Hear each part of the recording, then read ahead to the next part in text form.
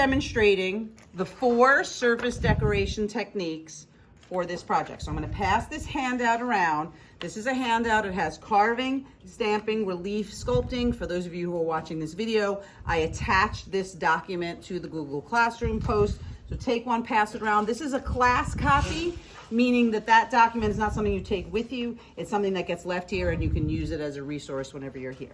So I have a wide variety of tools and materials. You'll see how I'm using this. This is the only demonstration I'm doing for this project. So I'm demonstrating all the techniques you need to know. It will take a few minutes to get through it, but that means once I'm done with this, for the next 3 weeks, you come into class and you simply work with no interruptions from me, okay? So please be focused. I have it written on that document so you can follow the writing. So the most important thing to know is when you start your magnets, right? Aiden, would you grab me the scale that's over there? Thank you. When you start on your magnets, you're aiming for each magnet to be around 1 ounce, okay? If you make your magnets too heavy, they're gonna have a hard time adhering to whatever surface you're putting them on, whether it's your fridge or some other metal surface, all right? So the scale is gonna be your friend, right? This is my kitty cat, Nina, right? I didn't do any coloring on her. I'm just showing you the line drawing. We got her in February. She was a 14th birthday present for my son. She was an 8-month-old kitten when we got her. Now she's a little over a year old. So I am gonna make a magnet. You're gonna make 2 magnets that are of Nina, okay?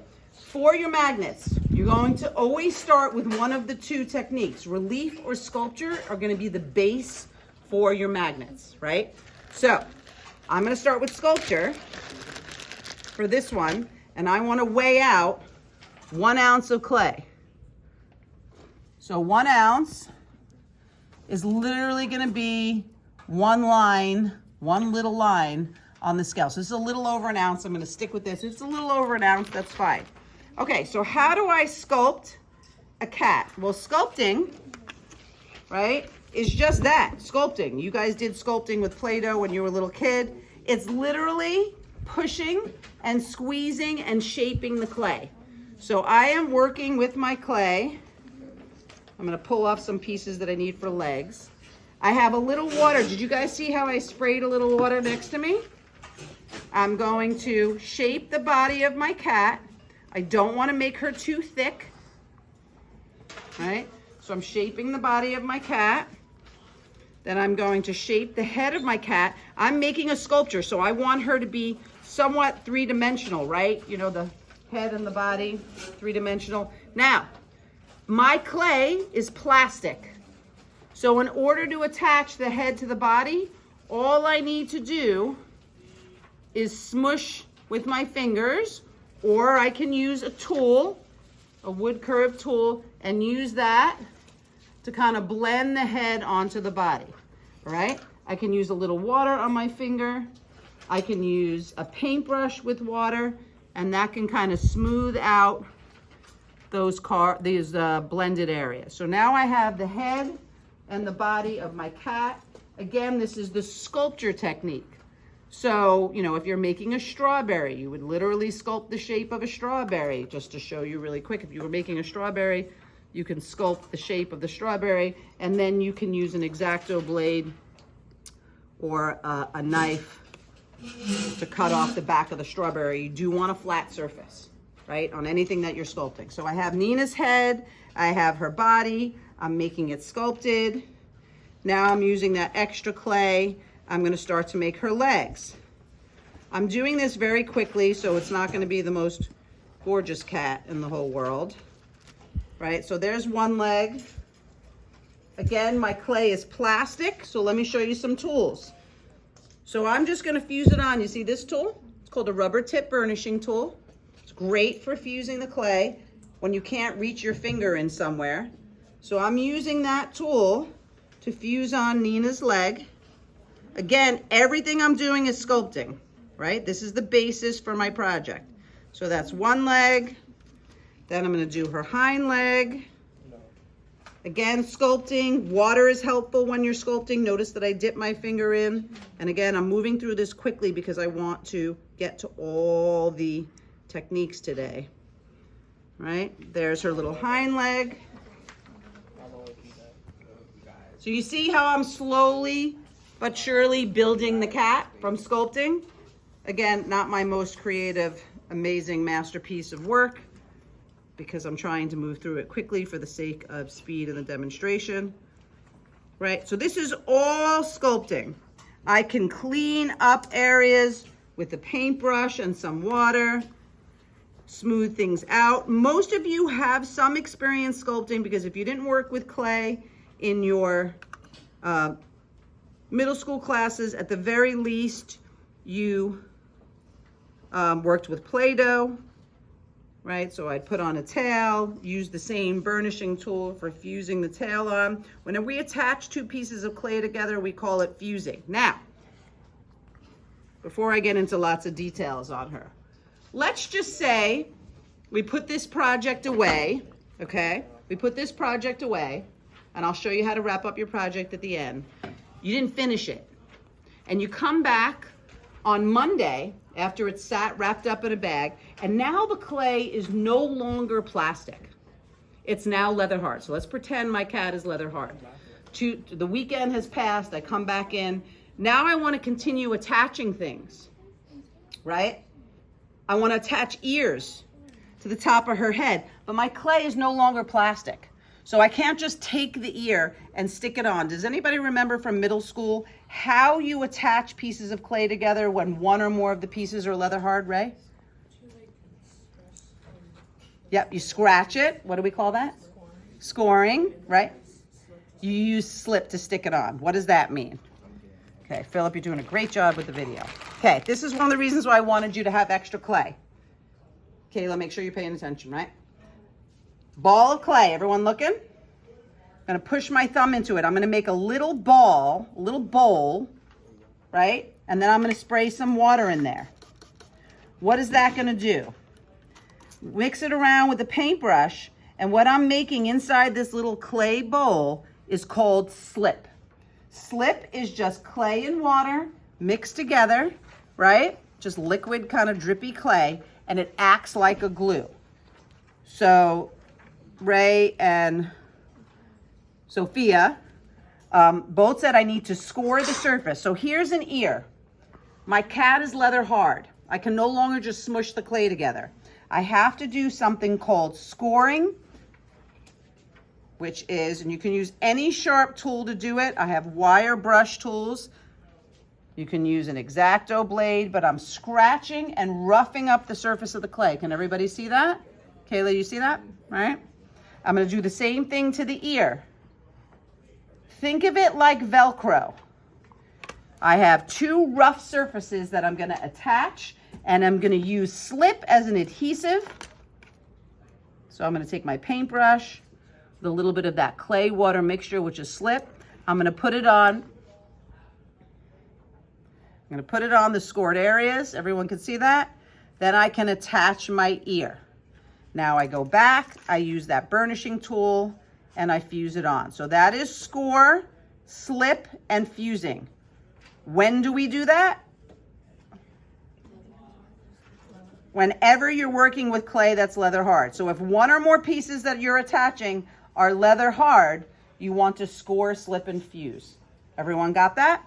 If both pieces of clay are super smushy and plastic, you do not need to score, slip, and fuse. You can just, like the way I attach the head to the body. So can you see I'm slowly building the cat using the sculpting technique, right? So that's one way of making your magnet. You're literally sculpting, adding, subtracting, squishing, shaping the clay, scoring and slipping when necessary. How could I use carving to add details to this cat? What might I carve on here? Yeah, the eyes. So I have a variety of tools. Here's a little loop tool. You can experiment. Different tools will do different things. And I can take the corner edge of this metal tool, and I'm going to go in and I'm going to carve Nina's eyes out, right? So carving could be something simple. I didn't put her other ear on, but just to show in the video, there's her eyes, right? I can use the edge of the X-Acto blade to carve the little lines of her toes. So this is carving. Anytime you're cutting into and digging into the clay, making lines, making texture, right? That is carving. So I started with sculpting, then I added carving as a decoration technique, right?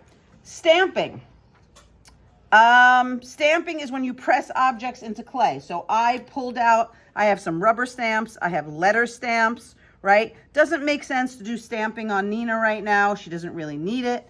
But if I wanted to like put a pattern on her fur, I certainly could, if I wanted to, take the rubber stamp and press it into the clay, but the clay needs to be leather hard. And then it could kind of, you guys can see it who are close to me, it would make a pattern, okay? And you can use anything for stamping, the back of a tool, your fingerprint, but stamping is great for texture, all right? Doesn't really work for the cat so much, but that is a sculpted cat. Far from finished, moving through it very quickly.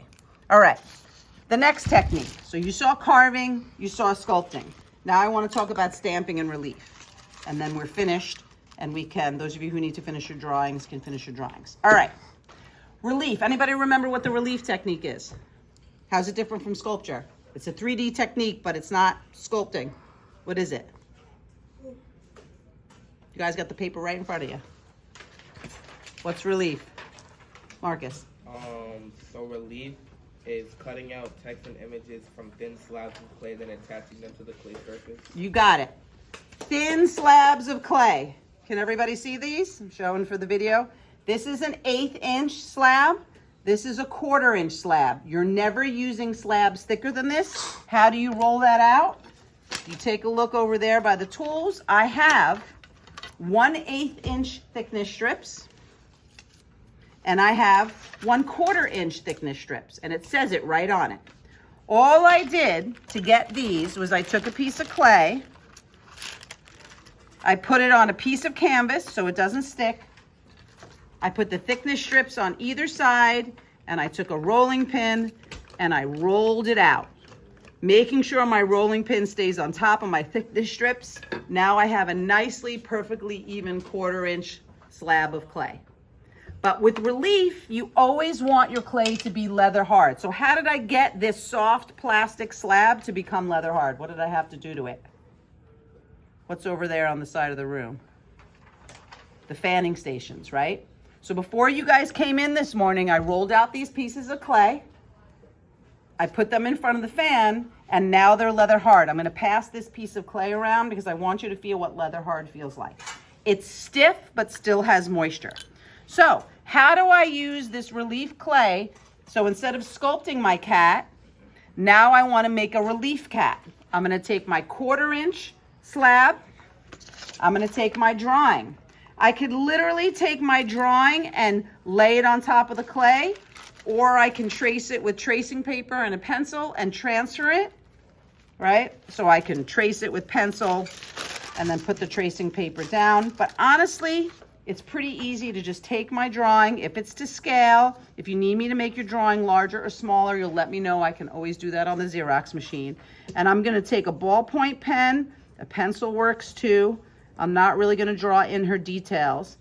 I'm just getting her, maybe I might put her nose in there so I know where her nose goes.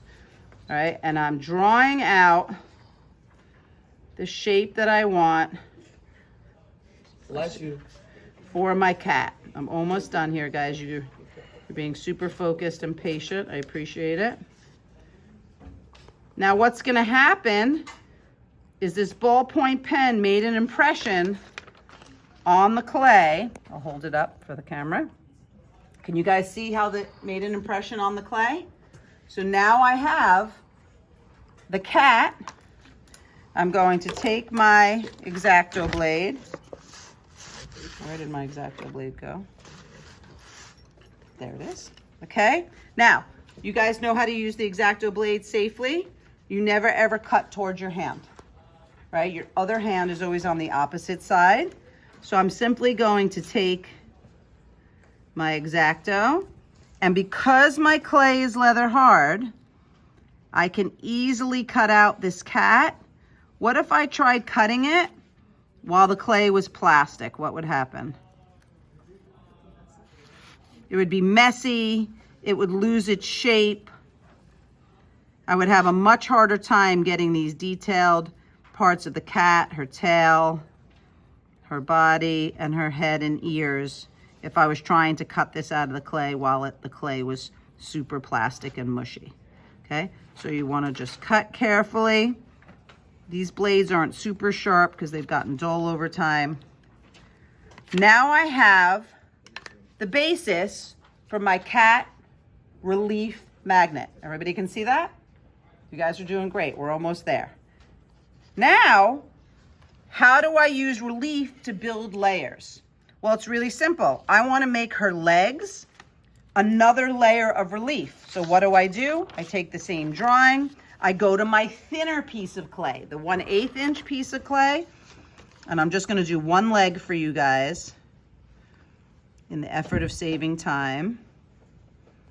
And you guys are going to have a lot of questions, and anybody watching this video to learn how to do this at home, once you start making your own magnets, you might have questions. How do I sculpt a rocket ship? I don't know how to approach making this bear. Can you help me? I will come around table to table and answer individual questions, and I can do little mini demonstrations on how to do various objects, okay? So this is just kind of like an introduction.